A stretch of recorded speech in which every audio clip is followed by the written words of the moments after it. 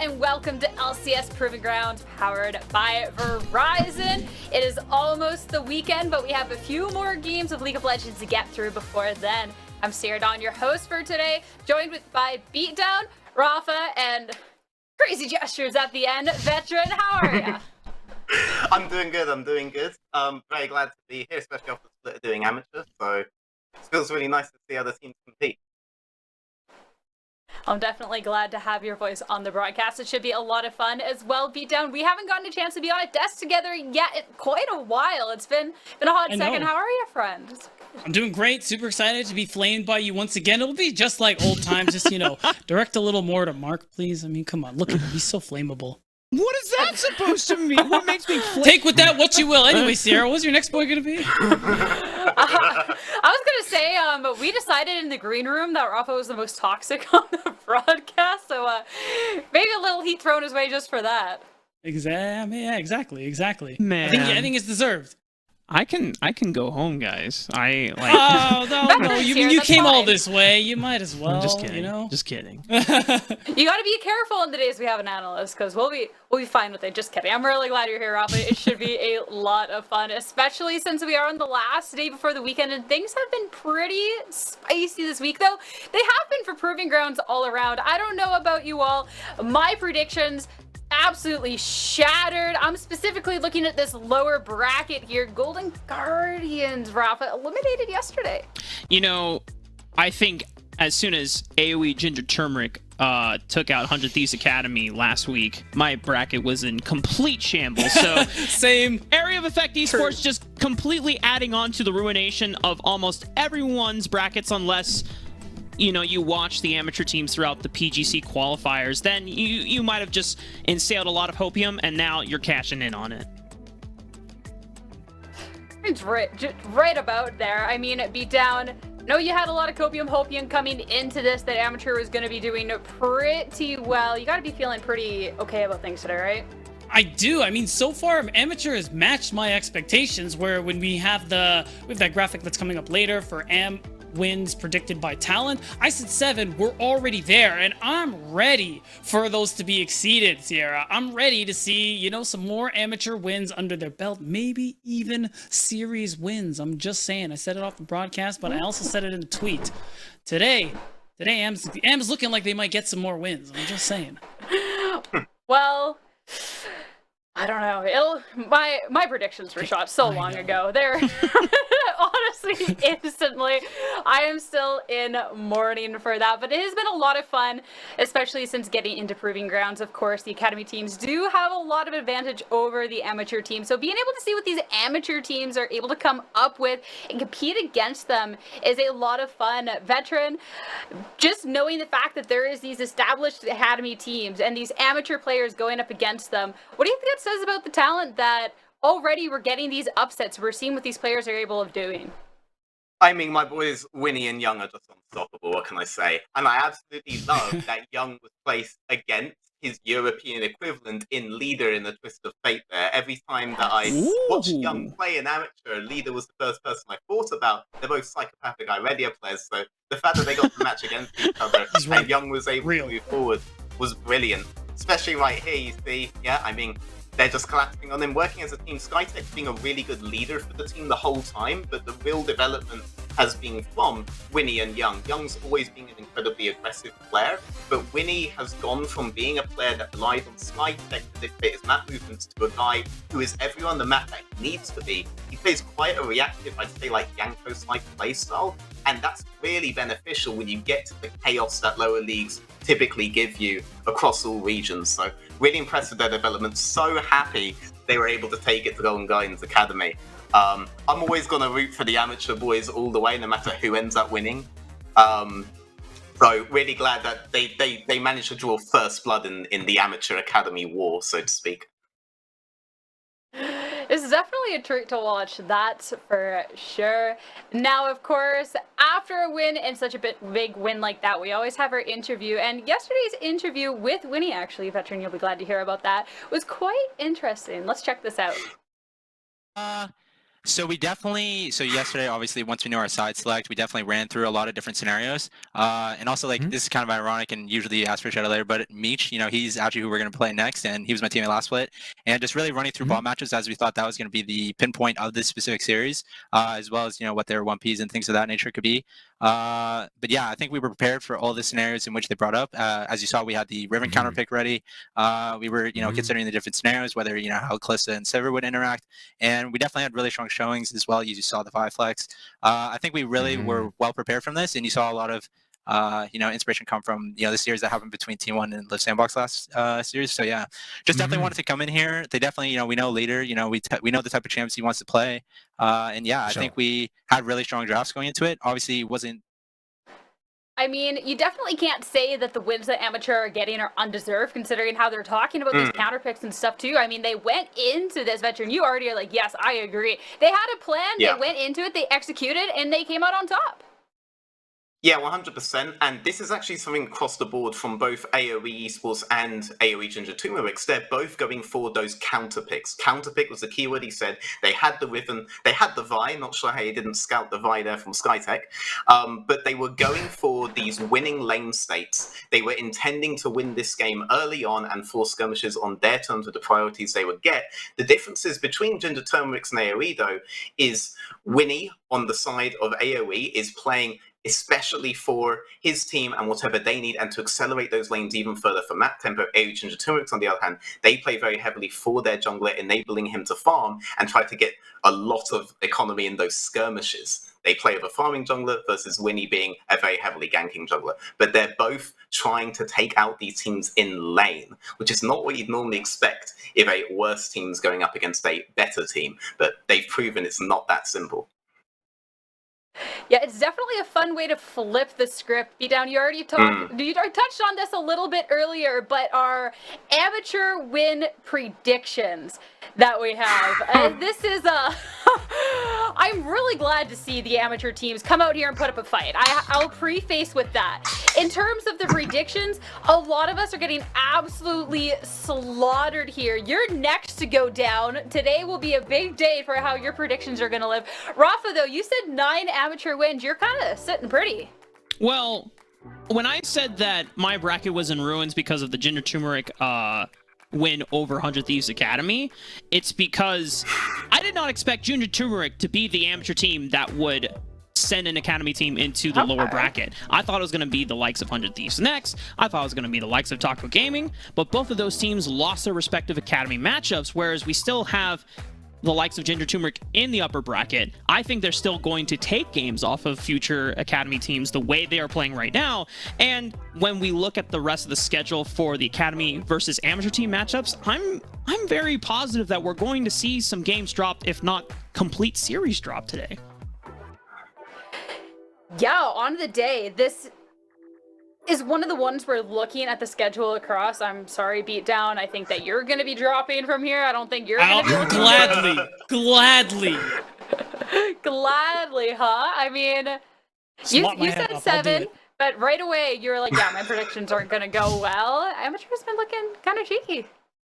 They have been. And honestly, I think part of it, it's an interesting thing we've noted since even as far as the playing stage before we got to the double elimination bracket. It's that it seems that there is this trend where amateur teams have these solid game plans that they consistently try to run in the earlier parts of the game, where academy teams don't seem to be as active. And that's given amateur some of the advantages they've seen. That's given amateur, even in losses, games that seem to be very close. And Veteran pointed it out. They are differing styles, not just between the AoE teams, but also throughout amateur as a whole. But it's something that I think has been working out really well for most of the teams so far. And I think that's part of why we could see some potential upsets tonight. Well, to start things off, we're going to be seeing Taco Gaming, and there's actually some, a lot of hype around this team. There are some cliches around this team, Taco Tuesday, it's Friday, so, maybe not quite, but we also have a little bit, Whoa, don't question the host, Mark. What are you doing? My bad. Don't you Sierra says it's Friday, it's Friday. It's close enough, okay? I'm sorry, I'm derailing the entire thing. It is Thursday, still not Tuesday, but Taco Gaming still feeling pretty good about things. We have a little musical track to back that up. Taco Man myself. I'm an Aries fan, this is no secret. So I think I'm going to vote Aries again because 100 Thieves are very good in lane and these winning matchups may just not be winning. Don't call it an upset. Been winning for years, rocking their peers, but especially fear, making their tears rain down like a monsoon. Listen to the Nexus go boom. Explosion, overpowered, over the competition, their tower, Lawrence on top, sniper drop. So these plays are gonna make you Call the cops. Don't you dare stare, You better move. don't ever compare them to the rest, that'll get all sliced and diced. Competition's paying the price. I'm gonna knock you out. Taco said knock you out. I'm gonna knock you out. Taco said knock you out. I'm gonna knock you out.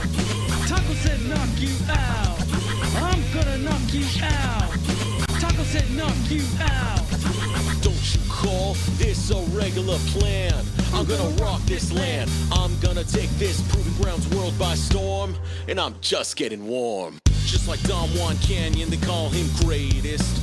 Watch City bash this beat like a skull. Don't you know I got beef with it? Why do you riff with me, a support psycho? And when I pull out my pike, get ready cause I might go blow. How you like me now? Coach Nova will not allow for you to get a proper comp, don't rift. Listen to my gear shift. Gorka's blasting, outlasting, kinda like Shaft, so you could say I'm shafting. Beating a cat filled my mind, and I came up with a funky rhyme. I'm gonna knock you out. Taco said knock you out. I'm gonna knock you out. Taco said knock you out. I'm gonna knock you out. Taco said knock you out. I'm gonna knock you out. Taco said knock you out. Hey yo, beat, let's get some tacos. Taco said knock you out. Taco said knock you. Oh, we're back. Oh,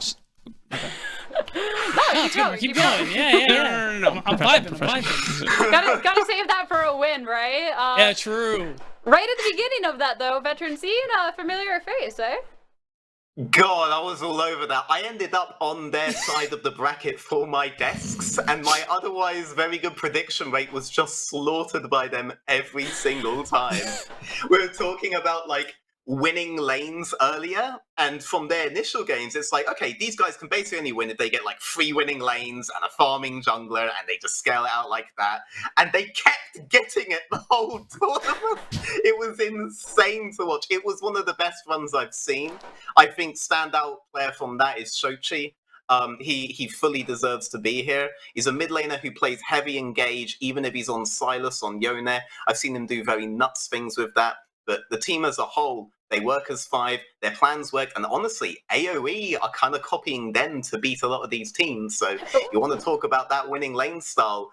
Taco Gaming are the OGs at it. They are best placed to, destroy these guys' prediction rates.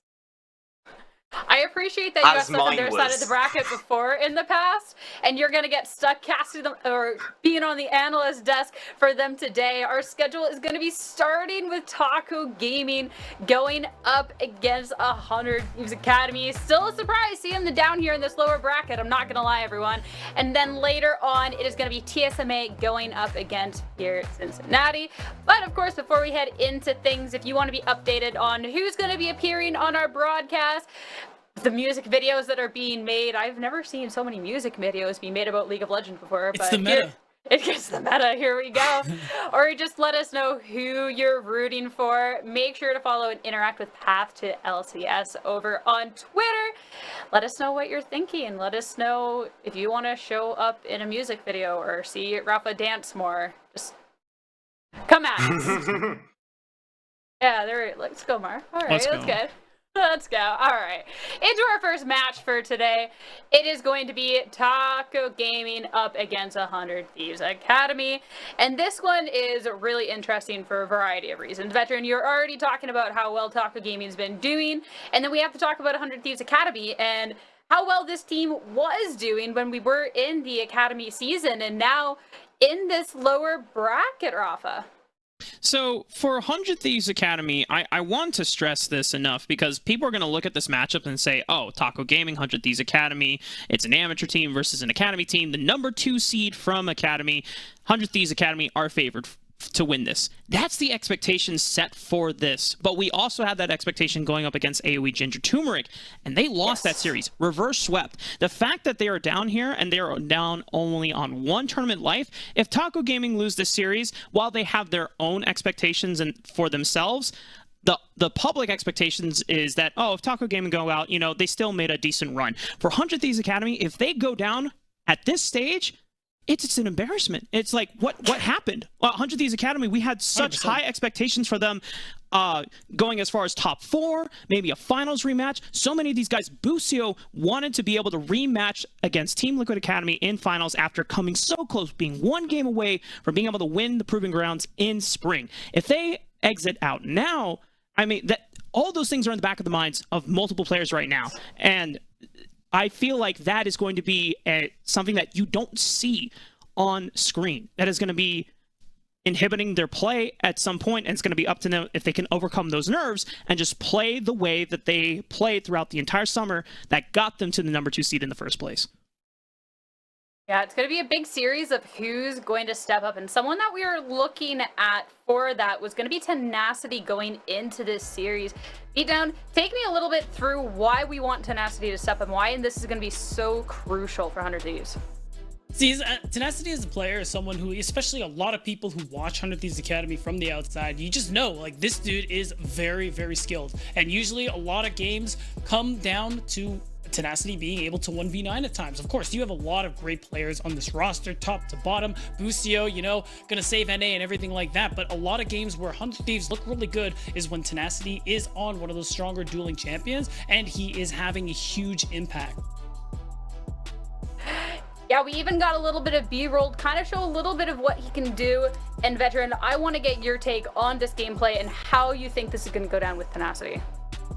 Well, definitely Tenacity is the shining bright light of this team. He's not just a heavy split pusher, but he's also a guy who understands when he can go in for the flanks, TP flank in, do so much for his team to win the leading map state that he himself has gotten. And he's honestly their best bet. There's a world where you can say 100 Thieves are very well matched into Taco Gaming, because him into Lawrence is probably their best bet at trying to get a significant lead. Taco Gaming don't try to play heavily around their top laner. 100 Thieves almost across the board like to do so. So I would say Tenacity could try to maintain a huge advantage there and try to carry the map in that regard.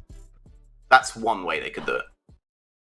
Okay. Well, talking about how 100 Thieves Academy ended up in this place in the first reason, there could be a couple of different things that can be brought up, but one of them that, of course, we have to talk about, because we're a little superstitious over here, is that second seed curse. It's something that we talk about, it's something that we laugh about, but there is actually a really real possibility, Rafa, of seeing that come to fruition even more today. You know, I remember on the cast, in the moment, I said it was the greatest upset in the history of amateur. And then I was shortly reminded afterwards, like, hey, we've seen this before. Team Liquid Academy, after winning Arena of Legends last year, came in to the very first Proving Grounds back in spring 2021, dropped down, and got knocked out by Barrage. And I'm just like, what? What? Yep. And so when I'm reminded of that, I'm like, okay, you know what? You know, maybe it wasn't the greatest upset in amateur history. Also, Kill gave me some harsh reality check as well in interview clip that we showed. So I definitely apologized and, got my what was deserved afterwards from Keel. But rooting for him as the rest of Ginger Turmeric pursue forward. But in terms of the second seed curse, I don't know if I can't be that superstitious, like the first time around. But when I look at the way AoE Ginger Turmeric played, I think they identified 100 Thieves Academy. Something that we have talked about the entire Academy summer is that the mid game sometimes is very lacking in terms of decisiveness and where they want to go and how to leverage the lead that they get through laning phase. And then it gives enough time for the enemy teams to catch up. And it's something that AoE Ginger Turmeric specializes in, especially when you have a farming jungle like Keel. Well, Veteran, I saw a couple faces. I want to know from you, because we've all talked about in the past how we feel about the second seed curse, whether we think it's real or not. I want to know if you think it's real. I'd be lying if I said I knew enough about the history of Proving Grounds to talk about the second seekers and the circumstances behind each loss. What I can tell you is that once some stuff like this is being identified, it does end up in players' heads and becomes a self-fulfilling prophecy, so to speak. There are absolutely players who'll be like, but now we're second seed, and the second seed always, and when the game starts going poorly, they start feeling there's something outside of their control that otherwise they might not think about at all. By the very act of us talking about it here, we may have in fact made the second seed curse real. So I don't necessarily believe in curses, but I absolutely do believe in superstitious players. So it's all about how superstitious the current second seed is in any Proving Grounds tournament from here on out. Yeah, mental blocks are real. Don't sleep on it. They are. 100%. Yeah. I mean, you were talking about it 100%. already, Mark, with 100 Academy and like how much stress they're going through at the moment, just because, again, outside looking in, 2 seed versus, I don't remember Taco seed exactly, but it's definitely past 10th. And you're not expecting the upset, but a lot is on the line for this Academy roster. 12th seed overall. I think 12th. There's a lot on the line for the Academy rosters. I believe, Rafa, you said it was embarrassment at this point. I mean, to be regarded so highly and potentially take a loss here, and this is going up against a team now that is highly regarded in amateur, but doesn't have that pressure to perform here like 100 Thieves does. Of course, talking about Taco Gaming and this roster veteran, already you were excited earlier on talking about these players and how they deserve to get to this point. I love these pictures, I gotta say. Yeah, I mean, any lineup that's willing to take these kind of pictures and press submit, they deserve to go all the way. But when it comes to how these guys win, right? Whereas, yes, 100 Thieves, best player, and the guy who is trying to do everything in mid-late game for them, Tenacity, is playing against arguably an area that Taco Gaming somewhat neglect. Taco Gaming love to go for these heavy winning lane-based compositions and just allow City Witty to farm up and therefore have the better team fight skirmishing. I think what it's going to end up coming down to is Tenacity able to get so much tempo on the side lane that Taco Gaming don't just start a fight from Rovex, from Gorica, from Shochi, who is very, very good at finding those engages. If they're able to find it, Tenacity might not be able to make his side laning matter. And Tenacity doesn't exactly pick lane bullies. There are so many scenarios where if they go for like a Riven into Gwen, pretty much anything into a Kel, you could even end up seeing them put Lawrence on something like Nasus or something like that, right? If it goes for these kinds of champions that they think we just want to shut them down lane to make sure that we have the better team fighting comp later, it may not even matter if Tenacity knows how to use these side lanes. He may just never get the chance to do so. So I actually do think there's another way you can look at it where Taco Gaming are an almost natural counter to 100 Thieves Academy because they're so willing to just let you win those lanes in the early phase. And every time Taco Gaming have had that, they've won. I bet against them in these scenarios a lot, and I'm telling you, it's not worth it. So they have my full support today. And you watch, today's going to be the day that they finally lose when I finally bet on them. Well, veteran, I need you to vote against them real quick. Hold on, roll back real quick, okay? That's how it's going to go down. But someone that you seem to be really willing to bet on as well. You've talked about him earlier on in the day, and again here is Shochi. But I want to put beat down on Oddsy here to talk about this. Whether you back up veteran in talking about Shochi in general and just the accomplishments of what he's able to perform.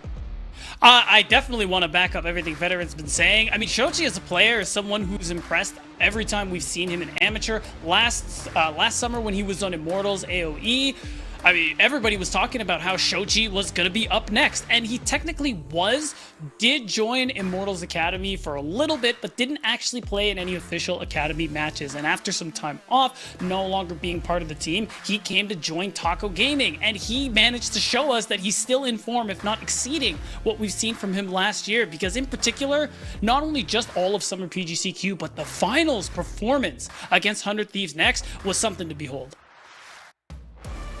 No, Rafa, I haven't gotten to hear your take on Taco Gaming and everything else going on. Give me a little bit of that. I'm gonna say 3 words. Okay. Zed or bed.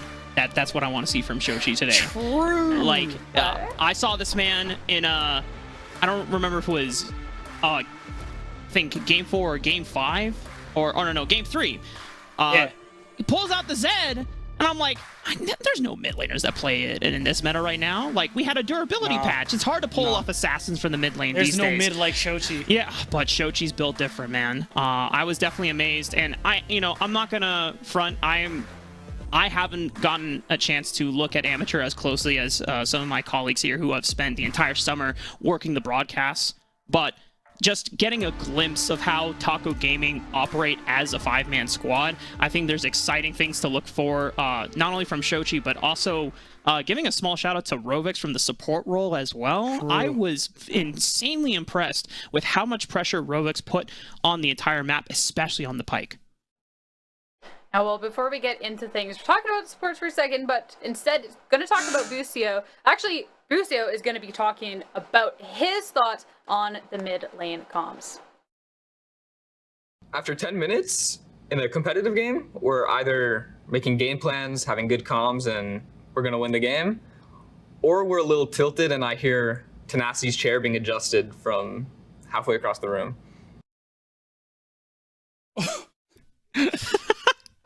That's Tenacity just assuming from the gamer stance where he's all laid back and then leans forward suddenly. It's like, all right, it's time to take care of business. I'm done messing around. Well, oh man.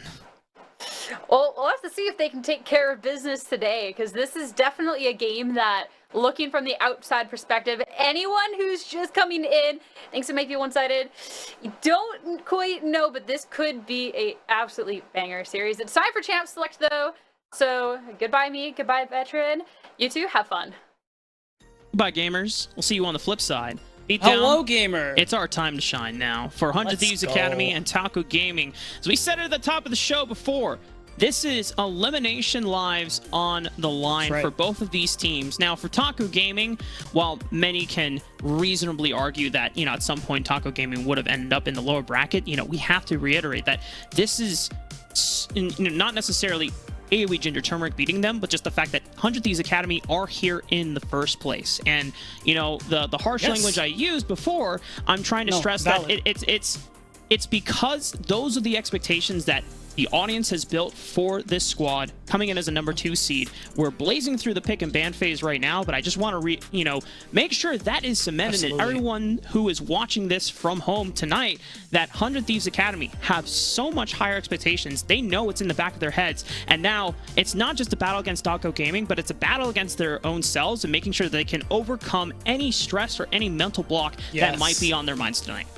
The big thing, too, I want to quickly add on to that is the fact that, yeah, you're right. Like, this is the second seed, and this is an org, too, which historically has a lot of success in Proving Ground since it started. They won last summer. They got second in spring just this year, and seeing them do so poorly, I think in this recent tournament, losing to AoE Ginger Turmeric the way that they did. Yes, AoE Ginger Turmeric played well, but 100 Thieves Academy, we do expect more from them, and how Lucio talked about tilt being a thing that they have to worry about at times. Are they going to be able to overcome that? And it can't just be Tenacity stepping up, when everyone gets tilted. Everyone has to do their diligence to step up.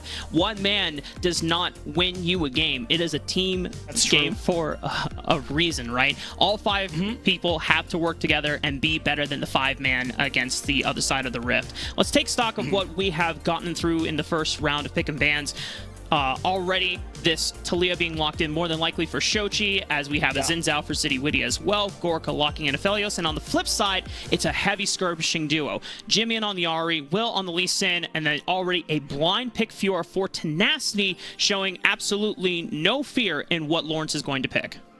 Yeah, and it's also possible, too, you're expecting that Fiora ban to come through in that second rotation, so you want to make sure you can get that for Tenacity in the top lane, because, again, we talked about how this is a series where he, in particular, needs to be coming through in the end for this roster, being that 1v9 that we kind of know him to be, Mark. So now, as a result, they grab that one for him here. They're going to take away the Gnar, I think, which has been one of the biggest picks Taco go for in favor of Lawrence here, because, again, we talked about it before we went to Champ Select, how he's a player who they kind of leave on his own most of the time, not very much jungle attention. So now I'm kind of looking to see if they go another route like the Sejuani or something for Lawrence, so that, one, he can still have a lot of utility to impact later on and have a decently safe laning phase. Well, let's see if 100 Thieves Academy can take stock of that.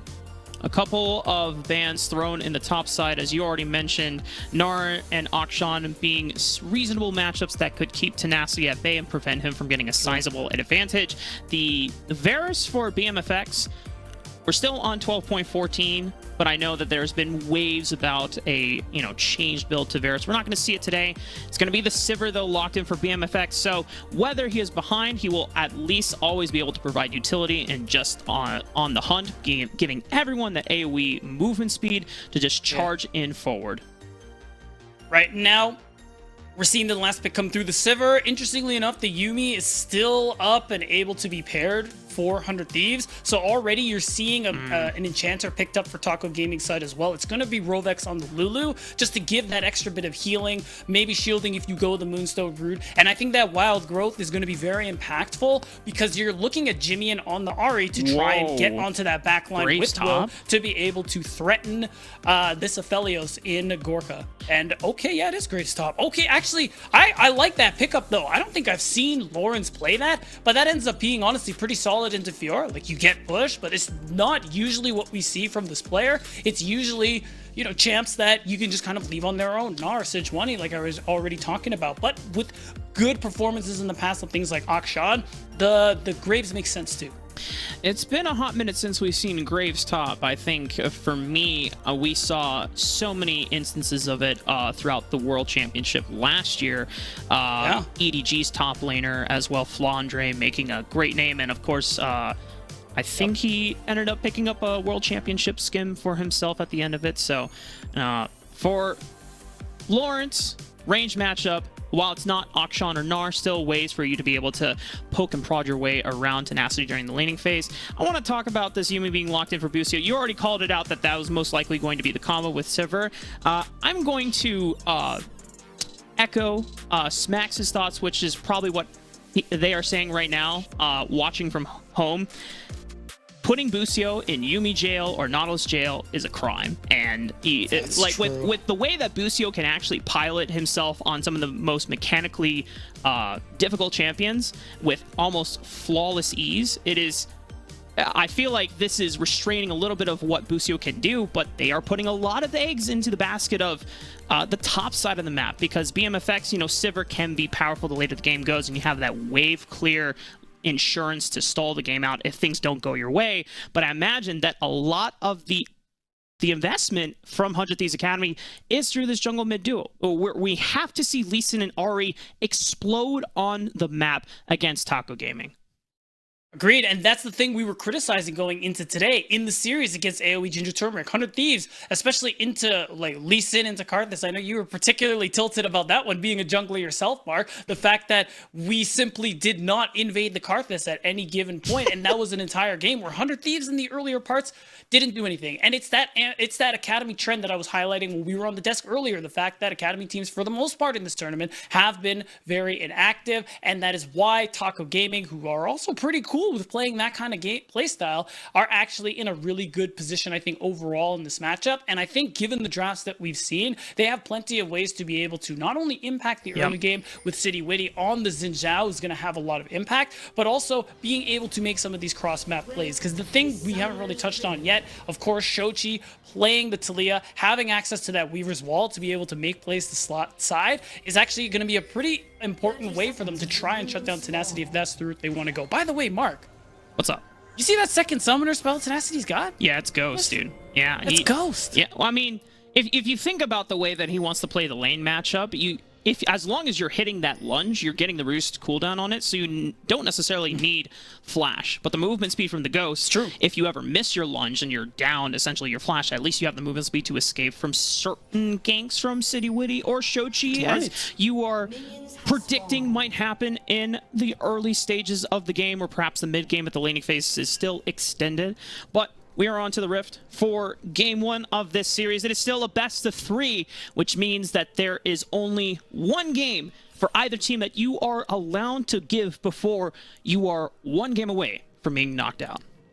That's right, Mark. Tournament lives are on the line for both of these teams. The second seed in Academy versus the second seed in all of Amateur. Yeah, that's right. So we're gonna see how this early game pans out here. Looking again City Witty, Will, both playing very early impact junglers to be able to see what they're going to be able to do. Sync up with their mid laners who also have a good amount of skirmishing power in the earlier stages. Good time for Jimian to get out of lane and notice that there was a ward trying to spot out Will at his Raptor camp once he swung by over there.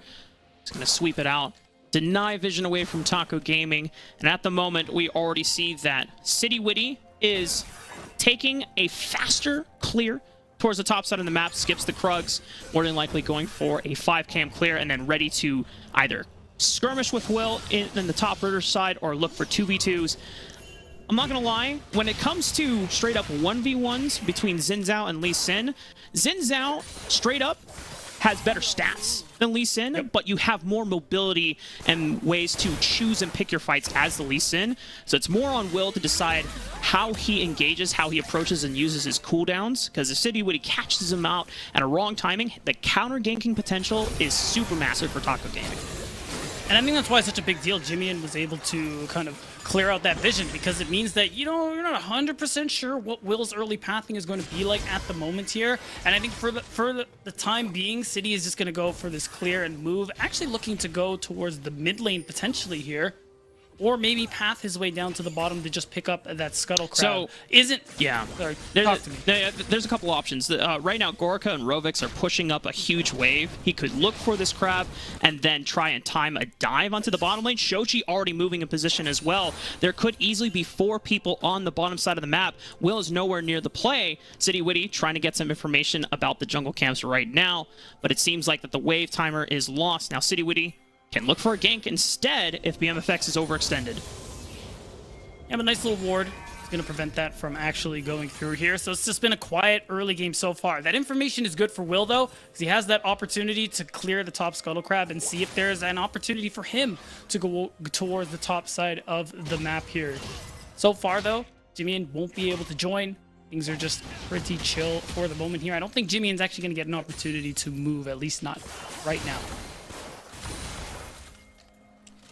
Seems like Will's going to take a recall. We're not seeing that much explosive skirmishing quite yet here, which isn't necessarily a bad thing for either team. There's late game insurance for 100 Thieves Academy as well as for Taco Gaming. Both of these 80 carries can do tons of damage the later the game goes on. What I really want to see, though, is how well Shochi and Jimian are enabled out of the mid lane, because both of these champions do not just want to sit here and perma-trade farm. They want to roam, they want to go to the side lanes and make plays. Yeah, and the opportunity is going to come soon. Level 6 is going to tick over very soon for both mid laners, but for the moment now, Will, both junglers are there, and both teams know. I don't know if they know the other team knows, though. So now things are just going to be nice and slow for the moment here. But you're right, Mark. We're looking at the mid lane matchup, see who can get out of lane first as those ultimates start to come online. And I mean, we'll see. We've been talking up Shochi a lot. We've seen clips, even on the broadcast we were putting some on today, where he is able to get these advantages, solo kills even. We'll see if he's going to be able to do that against mid laner on a second seed team. I literally just got a message from Josh, also echoing Smax's thoughts. Why are they putting Busio and Yumi jail? Actually pretty facts, though. For a player who, I mean, Cubby routinely says is going to save North America, and let's be real, he's pretty cracked. It is really sad. Because usually he's a player who we see gets really good roam timers, is able to have so much impact on engaged supports. But no, not today. You know, for 100 Thieves Academy, I can understand the first game of this series. This is a time where you can try a certain strategy, see if it will match well into Taco Gaming, and then have the next game be your adjustment period. Still want to reiterate that this is the lower bracket now, so you don't have as many chances to make those adjustments. So if this is going to be the time where we're experimenting, then, you know, hopefully it pans out. But we also don't know what has been happening behind the scenes for 100 Thieves Academy, whether they've been showing that this certain composition is pulling better results in scrims, or if this is something that, for them, that they believe will match up well against Taco Gaming. So since things are kind of chill right now, Mark, I have a fun fact that I don't know if you realize, and maybe the audience hasn't realized either. So we were talking about the second seed curse earlier. Who was the first team that started it? Team Liquid. The amateur team who Oh, won the Barrage. matchup. Barrage. Who was their AD carry at the time? Oh, Gorica, you're right. Yes, sir. Just saying. Kind of interesting fun fact. Gorka did play for Barrage last year. Did start what we now call the second seed curse, and who knows? We could see that second run through coming through here for Taco Gaming. You know, Beatdown, you just made all 100 Thieves fans start a manhunt Sweat a for little? you. Yeah. They're like, Beatdown, Hey man, stop. my Twitter's Beatdown Cast. Come at me. Oh. Literally giving You everyone think I'm afraid the of address where they gamers, Mark? can find you. Come on, bro. Beatdown ain't afraid. He's like, square up. what, Yeah. what are you guys What's gonna up? do? Well, Yeah. Beatdown, all of us, just having a good couple laughs here means that for the past 7.5 minutes, we have not seen any really strong moves made by either team. No attempts to burn any summoner spells. A couple of jungler visits, mainly towards the bottom side of the map, has not resulted in any clear advantage. Everyone is kind of farming decently or evenly. The only advantage you see is necessarily in the top side of the map, a 10 CS lead, but if you're in Tenacity's perspective, you probably want to see more. And for 100 Thieves Academy, Definitely. as you've already highlighted, level 7 already for Jimmy and Shochi. So we're past level 6. This is the time where both of these mid laners need to find windows to start leveraging that advantage. And you already see it. Shochi looked for an angle right there. BMFX Boostio doing a really good job at keeping vision, making sure City doesn't have that easy opportunity to be able to go for the gank. And you even see Shochi leaving lane, taking these chances to use that Weaver's Wall to try and get something going. And okay. Oh, greedy pathing from City Witty, and Will and Jimian just punish. And City Witty thought that Will wasn't going to be on that side of the map, catching him by surprise. Good first blood strike for 100 Thieves Academy. And that's perfect. You basically, all you have to do is commit the kick there and the Spirit Rush. It means you're going to be able to get that Rift Herald in your favor. But now Gorka, level 6, he's feeling a little feisty in the bot side. Gorka and Rovek's been having pushed this whole time here. But we'll see if it matters because now, oh, Lawrence. Okay, Tenacity, good riposte, but Shoshi's going to come in with a Weaver's Wall. Can he salvage his Oh, play? Yes, that's a he kill. definitely can. Will flashing forward will be able to trade one back onto Lawrence. And Will's got to be careful about cooldowns from Shochi. Dodging out on the seismic shove. Shochi will not be able to catch him out again. And both the champions are going to take their leave. Yeah, a lot of summoners blown, kills going through here. It is the 1-for-1, so it is nice of for Shochi to be able to trade that one out. But the timing on that is what's really nice here. City's able to respawn. Tenacity's off the map. Will lost some health. It means now City is the one who can go for the Rift Herald. And that's a big early objective you get for yourself, especially for the spot lane, who's constantly had push and for the most part a lot of wave control. You get more gold in terms of turret plates into Gorka's pocket. I think he's going to be set up for success very nicely in this game because not a whole lot of else has been happening. Yeah, so taking a look at this replay, the reason why this erupts in the first place is Will, after the death of City Witty, the first blood, tries to take advantage and go for the Rift Herald, but Jimian doesn't have any mana at this point, so he cannot stop Shochi from roaming towards the top side of the map, so they think that play is good. Taco Gaming able to respond and at least get a trade 1-for-1. 100 Thieves still leading in kills, but the hastiness of trying to start up the Rift Herald before all the pieces are set up means that Taco Game are able to respond, get the Rift Herald for themselves. It's huge. And then we talk about the stress and how it could be impacting 100 Thieves Academy in this very high-pressure situation here with their tournament lives on the line, all these expectations on their shoulder. And so far, they have been starting okay, but a few slip-ups like we were talking about here. Now, the only other neutral to go for is the Dragon, but I think if you're 100 Thieves Academy, your bigger concern is what's City Witty going to be doing with that Herald? Go for these invades, trying to see if you can pressure him out, and more than anything else, get info. Oh, Jimian is forced to use the Spirit Rush. Already a lot of damage coming out. Shochi doesn't have any summoner spells to follow up. City Witty cannot get in range with the flash, but still, that kind of burst is scary to see from the side of Taco Gaming. They continue pushing that advantage forward. There might be a window where they can now set up vision control so that they can look to take the Dragon on the next timer. Yeah, Jimian is out of the picture right now. Can TP back to lane, but it's looking like, again, Dragon is not their concern here. Shochi wants to make plays. Gorka, with some gold in his pocket. He has the Weaver's Wall. Oh, and BMFX it's trying to looking step up. That wave looks so juicy for BMFX to try and rearrange so it's not frozen, but that pulls him forward. Shochi and City Witty making the collapse slowly, but Will is here. Good wild growth from Rovix, interrupting the resonating strike. Will looks for the Dragon's Rage, Gold! but it's Big not shutdown. enough damage. BMFX trying to flash forward and reposition himself so he can take down Shochi, which he does fine. Good double kill going over to BMFX. Busio in his back pocket, empowering him. City Witty popping the Crescent Guard. Just one more auto attack will do the trick. He goes down, but Busio, can he find another person to hop onto? Jimmy, and now giving him a ride. And Rovix, just a couple of auto attacks. The Ignite is there, and 100 Thieves Academy will walk away with 4 additional kills. And man, what a big play coming through from 100 Thieves Academy. We highlighted Jimmy and having the teleport and being able to join back after coming through to the mid lane. So Taco Gaming looking for these angles, especially on that bottom side of the map, not quite 100% going their way. I mean, the one thing that was nice for them here is that you're going to see Gorka did pick up the shutdown, but for the most part, BMFX playing this fight honestly pretty well, buying a lot of time for Will to show up. Of course, Bustio's ultimate was very impactful too. I think the last chapter just catching most of Taco Gaming off guard here, and now Will is able to at least expend all of his burst before he goes down, and things look really dicey for BMFX because the way that Taco Gaming can space this one out if City Witty blocks all the damage, but BMFX and Busio being able to maneuver themselves so well in this skirmish, and then of course Jimin comes in to clean up.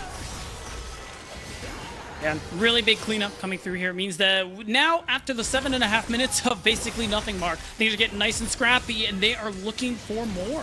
You know, when we said that we need these teams to explode in the, the early game, their definition of the early game was after 8 minutes, So if we just... Right. I guess we should have said explosive in the mid game rather than the early game. But you know what? We get to see action now, and that's what I came to see.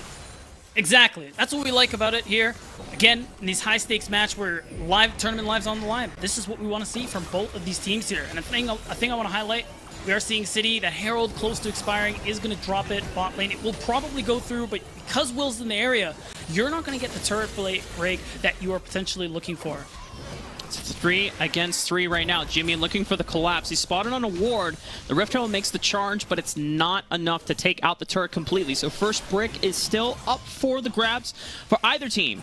Jimmy has Spirit Rush available. Does he want to dash in on City Witty? There's no flash available. Crescent Guard comes out, but he gets in range so he can look for the charm. And City Witty has been completely isolated. Gorka and Rovix cannot assist. And the reset from the Spirit Rush allows Jimmy to close the gap onto Gorka. Finds another charm onto Rovix under the tower. That's a double for Jimmy, and 100 Thieves Academy spring to life.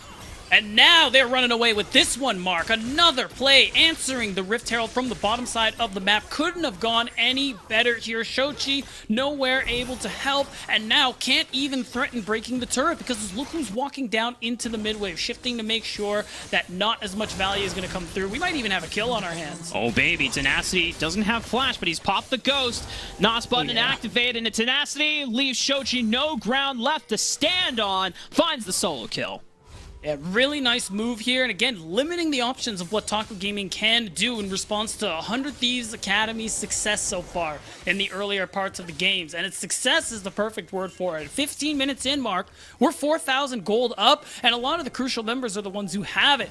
Jimmy and on this Ari, so very fed at 4-0, and BMFX. We talked about the late game and how much of an impact he's going to have on the Sivir with the Yuumi. Well, being up 3 kills, that's just speeding up the process. And look how 100 Thieves are starting to accelerate and leverage this advantage right now. Jimmy taking more proactive roams, looking to sit in pockets of vision where Taco Gaming have not swept out or been able to safely light up in anticipation of these picks, because now that's how 100 Thieves, when it comes to engage, it's just all about Sivir saying "Yah!" and then everyone charges forward at blinding speed. But outside of that, you don't have any other ways of closing the distance, so being able to set picks or dives or flanks like this is how you continue the advantage. A kick under the tower, beautiful turret juggle, angling, and 100 Thieves Academy continue surging forward.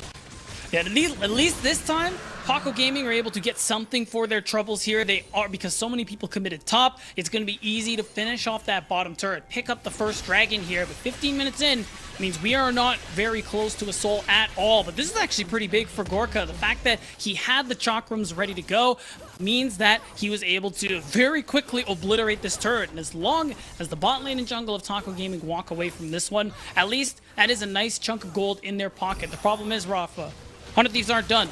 Top turret isn't under threat. Second Rift Herald is there, which means it's certainly going to be going on that mid turret. Yeah, so for Taco Gaming, their main player now is looking at Gorka. He's accumulated a ton of farm just recently off of the back of 2 tower completions. Taco Gaming now have to find a way to stall out the next few minutes where Gorka can at least get to 2 items, preferably 3, so that he can be a monster in those team fights. But as you pointed out before, 4,000 gold advantage for 100 Thieves Academy. They're the ones that get to dictate the pace at this point. And dictated they shall. Jimmy with Yumi in his hands. Ooh, Shochi burning the cleanse. He's able to evade out from a potential all-in from Jimian and Busio here. 100 Thieves Academy continuing to put pressure down. That's right, and this gives that opportunity. Shochi, who, even though he has Unsealed Spellbook, started with the Cleanse. Doesn't have TP available right now, and that's the opening Will needs to drop that Herald. Again, you want to break this mid-tier 1, just being that last outer turret left here on Taco Gaming's side of the map means that you're going to have much easier time setting up this deep vision, slowly pushing Taco Gaming further and further away from the middle of the map, where all the fun stuff is, Mark. Baron in a few minutes, the next dragon also in a few minutes, basically meaning Taco, they're starting to get smothered now. We have 3 minutes before the next dragon comes online. And notice how it took so long before one of the teams actually made a bite for the dragon, and it only came out as a kind of a second-hand reaction, seeing 100 Thieves put so much time on the top side of the map. So Dragon Soul has been delayed significantly in this game, and 100 Thieves means that they have more time to play with to continue pushing the tempo forward before Taco Gaming can even look for a reverse win condition in that state. And it's tough now. You're seeing how they have to group to be able to set up. Oh, Gorka. Good resonating strike, looks for the kick, but Gorka with a beautiful Gale Force repositions himself, but now he has to reposition himself against Jimmy, but the charm lands true, and the Orb of Deception swinging on its way back, finds the assassination. Oh, and it's nice and easy. Yes, we'll have to blow the summoner spell, but it's no problem here. More time Gorka's off the map, the less he's going to be able to get gold. Farm, be the carry. We were just highlighting a minute ago, Mark. Now it's 15 seconds where you are just having a lot of your lanes pushed in here, and more time where BMFX, he's been chilling these last couple of minutes, Mark. Now he's 3-1-6, farming away. I'm really scared to ask for our producers to show us the gold, just because now I want to know the difference between BMFX and Gorka now. Okay, it's actually not a lot. Okay. Well, the way you made it out, you were like, oh, I'm scared to ask. Please, please show me the gold. Mark's like, I want to know. Give it to me straight. I'm not afraid to ask what I want to beat down. Now, respect. 1,300 gold advantage for both the mid laner and the jungle, respectively. And this was the big question that we were asking for 100 Thieves Academy. We knew that the stress, what the potential anxiety and the expectations were on the line for this squad. And Will and Jimian are stepping up. You know, in the first few minutes, things were a little slow, but once the mid-game came swinging around, Jimian and Will have been absolutely relentless with the pressure. And that was something that we had questions for in the past. Like, you can't just make one successful invade. You've got to do it again, again, again, and again. And that's what they've been doing. 100 Thieves Academy, you can see it with the vision toggle. Thank you, observers. Did you see the darkness that's all across Summoner's Rift here for Taco Gaming? They have very little vision to work with here. They happen to have one nice... Oh, that's unfortunate. I was going to say one nice brush word. Maybe you can stop the back, but he misses the wind becomes lightning here. And the fact that you have so much pressure and you have to spend so much time clearing topside means you don't really have time or an angle to even try, even dream of setting up for this dragon that comes up in 30 seconds. I imagine Taco, they're just going to shift their attention to the other side of the map. They are just encroaching on this bottom quadrant now. There's a couple of wards here that Will has walked around, but he doesn't care, because they have one goal in mind, and that is to continuously hunt down Gorka, prevent him from being able to get to that state of the game where Aphelios can look to upset 100 Thieves in their current advantage. Right, and again, we're seeing that focus on other parts of the map. Taco knows they can't do anything about this dragon that has just spawned, so it's just trying to take turrets, take camps, get whatever golds you can back into your pockets here. And that's 2 of the 3 outer turrets in their favor, but still not too much closer in terms of catching up in gold for 100 Thieves Academy here. Taco are going to have to do more if they want any chance of winning things out in this game 1. They do have the Weaver's Wall from Shochi, and I think we highlighted in Champ Select. That's the big thing here.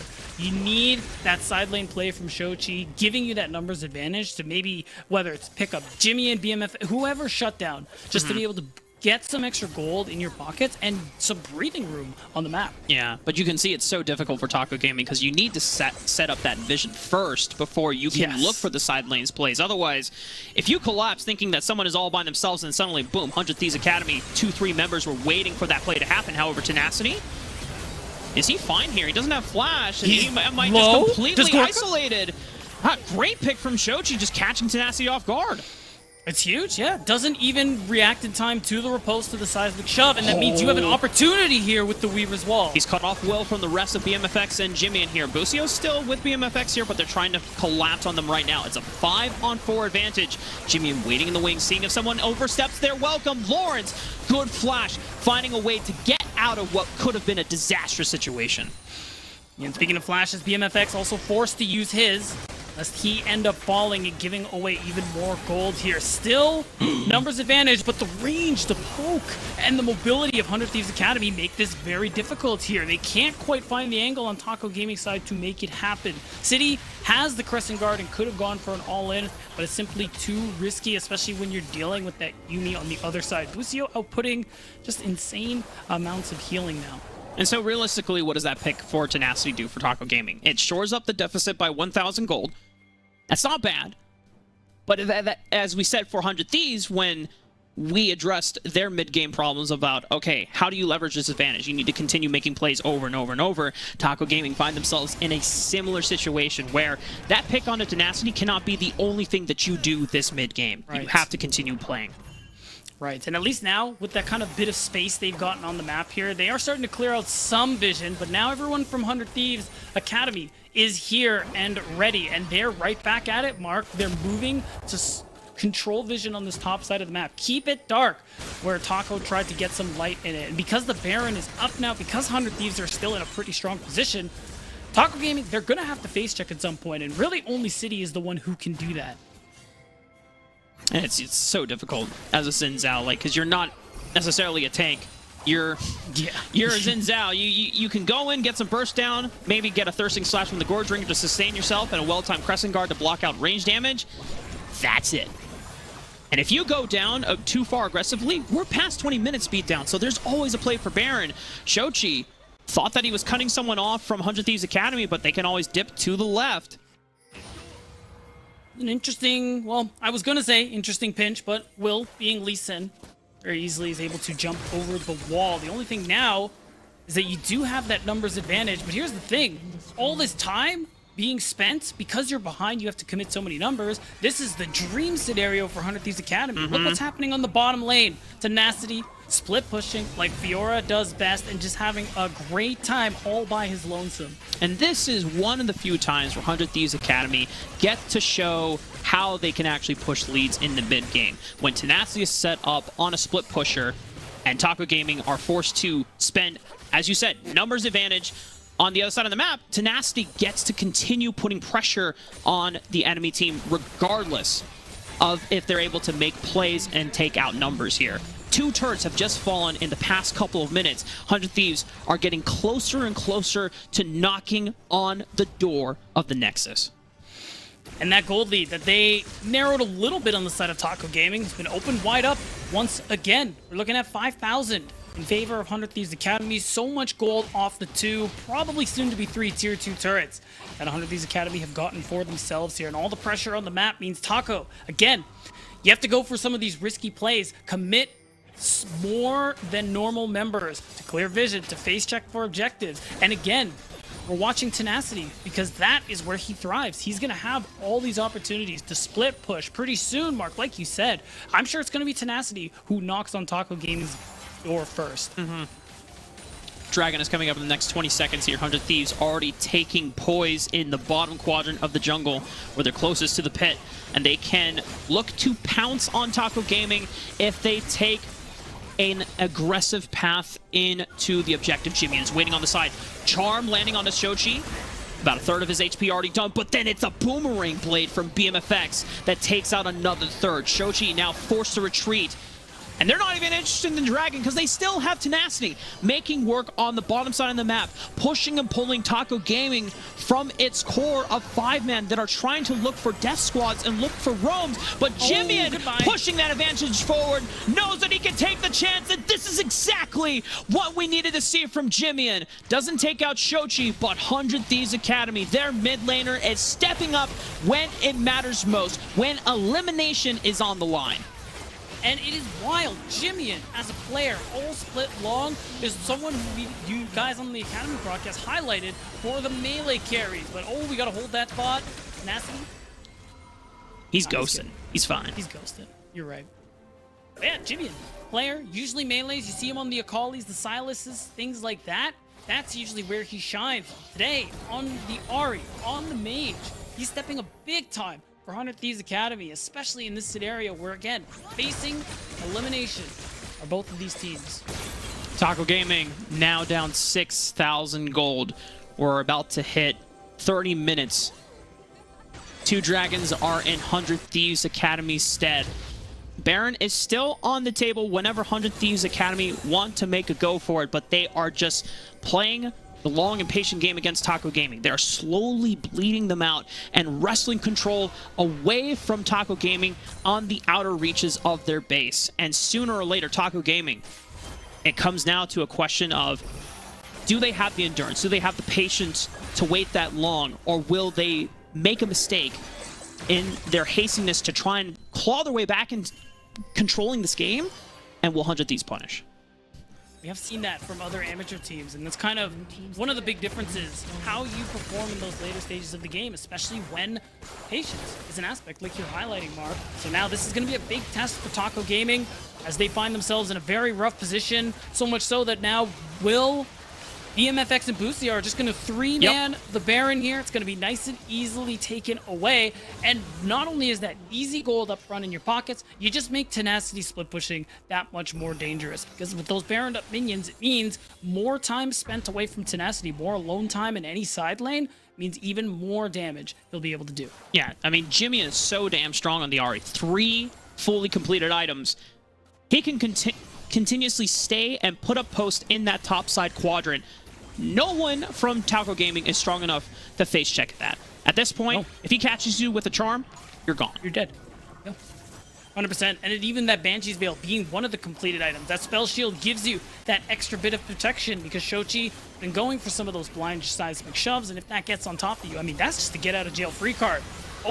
Oh, huge engage. Potentially, this could be Taco Gaming's last stand against 100 Thieves seismic Academy. shove. This It's is all a lot about of damage. Gorka. If he can put out the damage, he's got red gun and purple gun, so a little bit of CC, but it's BMFX that's stealing the show. Wait, He's the one BMFX that's is running down. through all Wait of a minute. them, but Gorka's still alive. BMFX is taken out. Can Gorka's Gorka stay alive? No. But it's a charm from Jimmy. He's exploded in the game in the mid game. He set the tempo right for 100 Thieves, and he's the one that takes out the last standing member in Taco Gaming, the only person that could have potentially saved the game for the amateur squad. But it is 100 Thieves Academy in dominant fashion that will be taking game 1 of this series. And they were this close, Mark, to turning that fight around, but one misstep from Gorka, one excellent charm from Jimmy puts 100 Thieves up to match point here. We're 1 game away from saying goodbye to Taco. Taco Gaming now seeing that they are have no more chances beat down.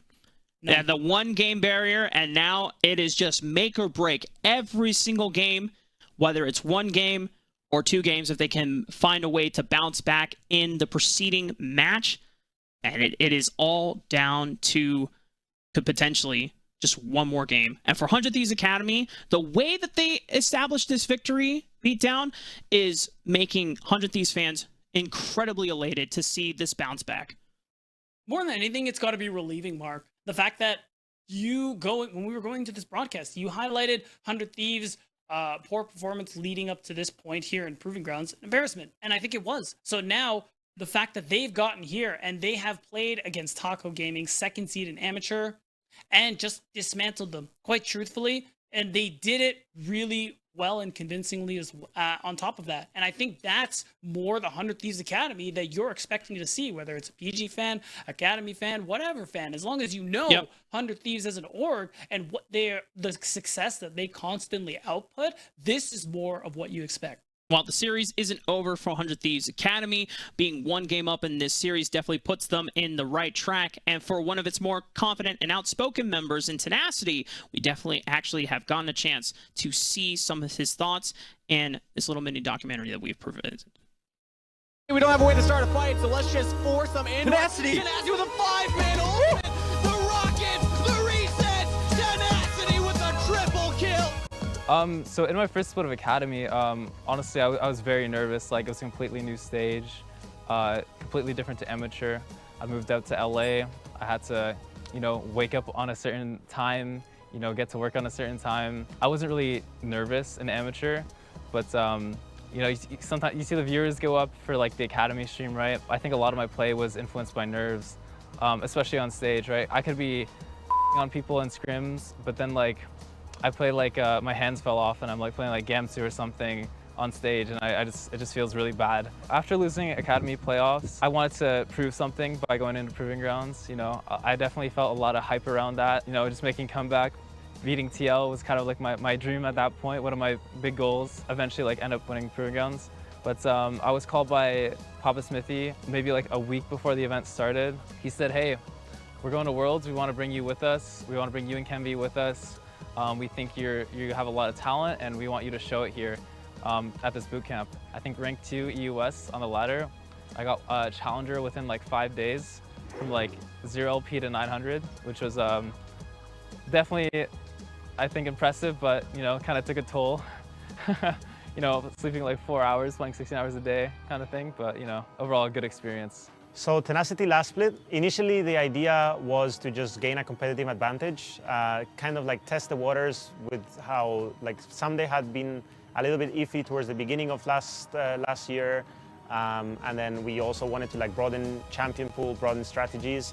So Tenacity had been doing very well in Academy, and he was like just perfect to try out in the main team. Basically what we thought is like Spring Split's the best time to try, and it would be the best time for us to try and see where we can fit him in, if we can fit him in, or if he can just straight up replace Someday. After unexpected lock-in performance by me and my team, we got beat by FlyQuest, kind of cringe. I wasn't really sure what to expect after the lock-in. Our scrims weren't going too great, and Someday ended up being the best performing player out of like all 6 of us. Like, this guy was going crazy, and pretty much it didn't really make sense for me to play. I think it went through phases. Like sometimes he'd be like just grinding and playing solo queue during scrims. Other times he'd be watching our scrims and trying to give us feedback and like, see how he could help us improve, even though he knew he wasn't gonna be playing. It was tough. I'm sure it was more tough on him than it was on anyone else. I had a lot of time off during the off season, so I took some of that time to work on myself and improve my gameplay. And I think that laning was a big portion of what I was missing. So I watched VODs like crazy for like 2 months. Pretty much just tried to be my best self for the summer split, as well as being a role model for the other players who are definitely newer to the scene. He's definitely a very good laner, and personally I was not very good at it. I help him where I can. Like, we play a lot of 1v1s. I think I mostly help him with his mindset. I think laning is mostly just him. He's willing to learn and willing to change his behavior based off information that people tell him. And that he's already, in a lot of ways, mechanically skilled and able to play a lot of difficult champions. That's the potential that you see, right? Is that it seems like if somebody is guiding you down like a path of making better decisions, that he can follow that path, and that he has a lot to offer in terms of like he can play a lot of carry champions, a lot of aggressive matchups that can play from advantage positions. Yeah, so going into the split, I was definitely surprised on how the Academy like top lane competition went down a lot. I think Bradley and Darshan are definitely like up there with top laners. I think Bradley unexpectedly was very good. His laning was definitely really good. I didn't think too highly of him when he was a mid laner, so I think props to him. He's doing great job. I think definitely his out of lane things are much better than I'd expected, first of all. So I'd say probably not as good as Impact, but I'd actually put him like middle to somewhat higher middle of the pack. Like I think there's a lot of top laners in LCS right now that are quite bad, and I think that he's proven himself in Academy that he's already played against them, against the ones that have swapped already into LCS right now, and he's proven that he's already better than them.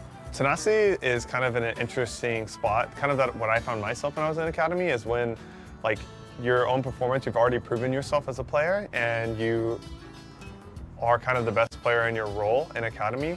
Playing in this split, initially compared to my first split of Academy, I definitely had a clear direction of what I want to do. And I think a lot of the fundamentals that I was missing previously, it just kind of came naturally to me this time. I think laning wasn't like really an issue. I had more time to spend on like helping the rest of my teammates, right? I think he's done a really good job this split of reproving himself, reminding everyone that he is the best top player in Academy, and hopefully that is what it takes to get him to LCS next year. I still believe that he deserves the chance to play with the big boys because he is definitely proving himself. He's still proving himself in Academy, so. I want to be a rock in the top lane. I don't want to see any more solo kill shenanigans, me getting solo killed again. I need to show consistency. I need to show a high level of play, like mechanic level of play with, I think I have the champion to do that, so I don't think that'll be an issue. And I want to show like dominating laning. I want to, bring up 50 CSD at 10, stuff like that. With my resources available, so I think you should look towards Proving Ground. Tenacity dives and riposte, flashes on Smoothie. Tenacity is here to game now. It's all ego.